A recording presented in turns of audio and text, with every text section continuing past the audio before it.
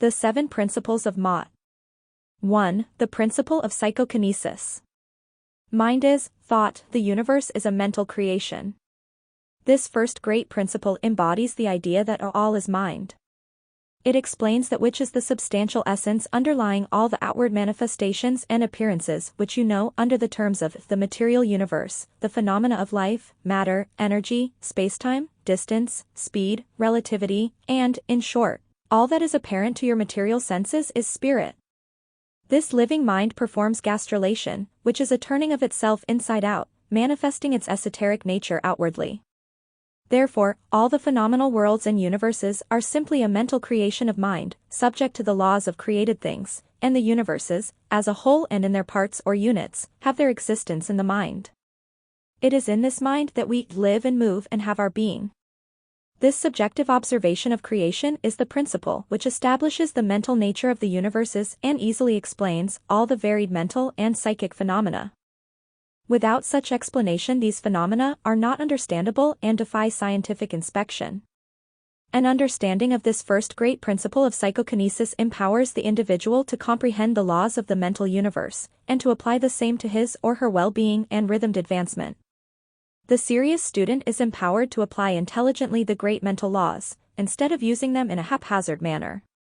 With the master key in his or her possession, the student may unlock the many doors of the mental and psychic sanctuaries of knowledge and enter the same freely and intelligently. This principle explains the nature of matter, energy, spacetime, and why and how all these are subordinate to the mastery of mind. Those who understand the knowledge of the mental nature of the universe are well advanced on the path to mastery. Without this master key, mastery is impossible, and the student knocks in vain at the many doors of creation. 2. The Principle of Correspondence, as above, so below. As below, so above. This principle embodies the idea that there is always a correspondence or correlation between the laws and phenomena of the various levels of being and life. This aphorism, as above, so below, as below, so above, gives one the means of solving many a mysterious paradox and hidden secrets of nature. There are levels beyond your knowing, but when you apply the principle of correspondence to them, you are able to understand much that would otherwise be unknowable to you. This principle exists at the various levels of the material, mental, and spiritual universes, and is of universal application.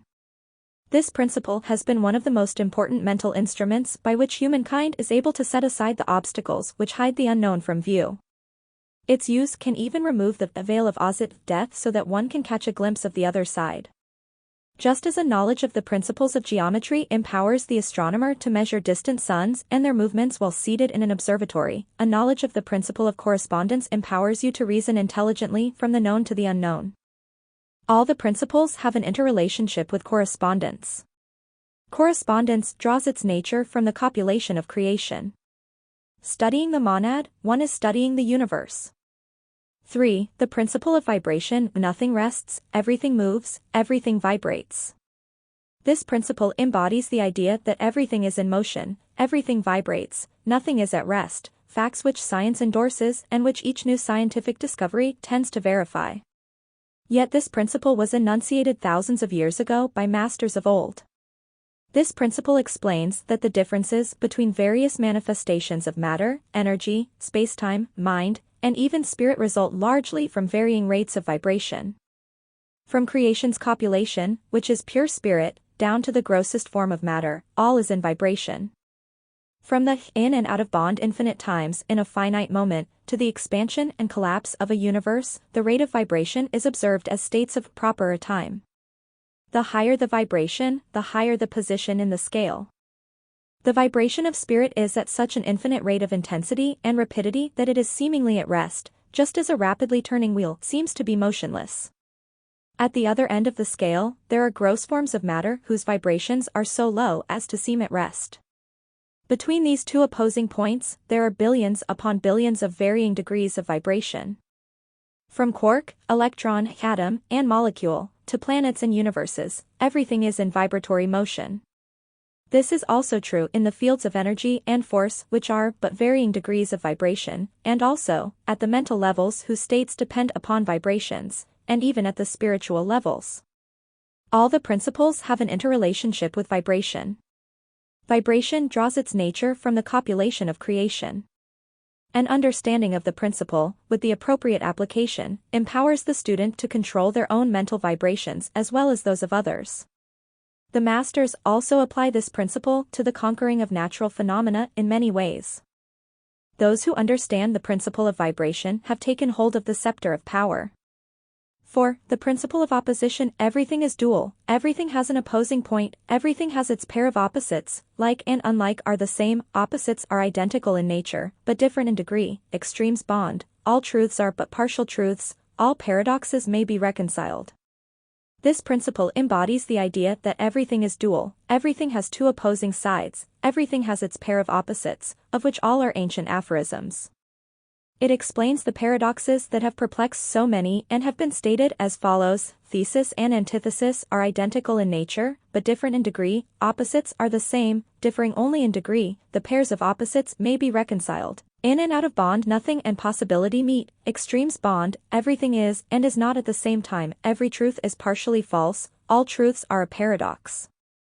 There are at least two sides to every story, etc. It explains that in everything there are two opposing points or opposite aspects, complementarity, and that opposites are really only the two extremes of the same event, with many varying degrees between them. To illustrate, hot and cold, although opposites, are really the same phenomenon, the differences consisting merely of degrees of the same event. Look at your thermometer and see if you can discover where hot terminates and cold begins.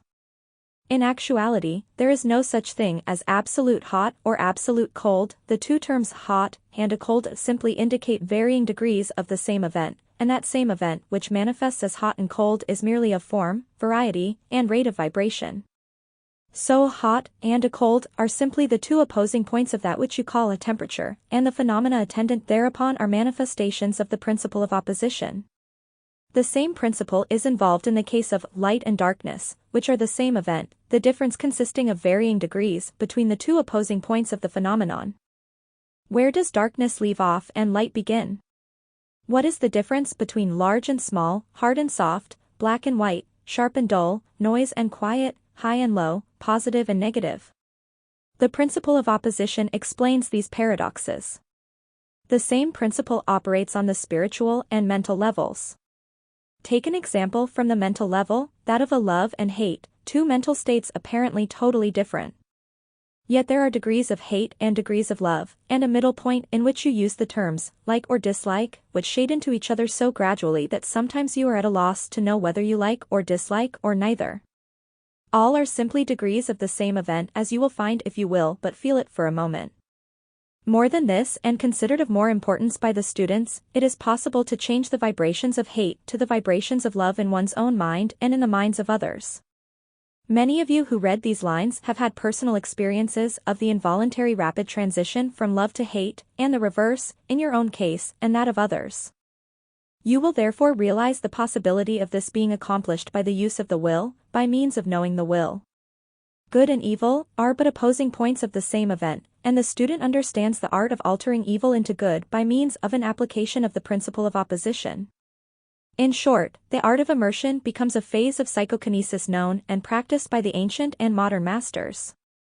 All the principles have an interrelationship with opposition. Opposition draws its nature from the copulation of creation, the Big Bang if you will. An understanding of the principles will empower one to change their own vibration as well as that of others, if they will devote the time and study necessary to master the art. 5. The principle of rhythm. Everything flows out and in, everything has its season, all things rise and fall, the pendulum swing expresses itself in everything, the measure of the swing to the right is the measure of the swing to the left, rhythm compensates. This principle embodies the idea that in everything there exists a measured motion to and fro, an outflow and inflow, a swing backward and forward, a pendulum-like movement, a tide-like ebb and flow, a high tide and a low tide. All things come in and out of bond between the two opposing points which exist in accordance with the principle of opposition described previously.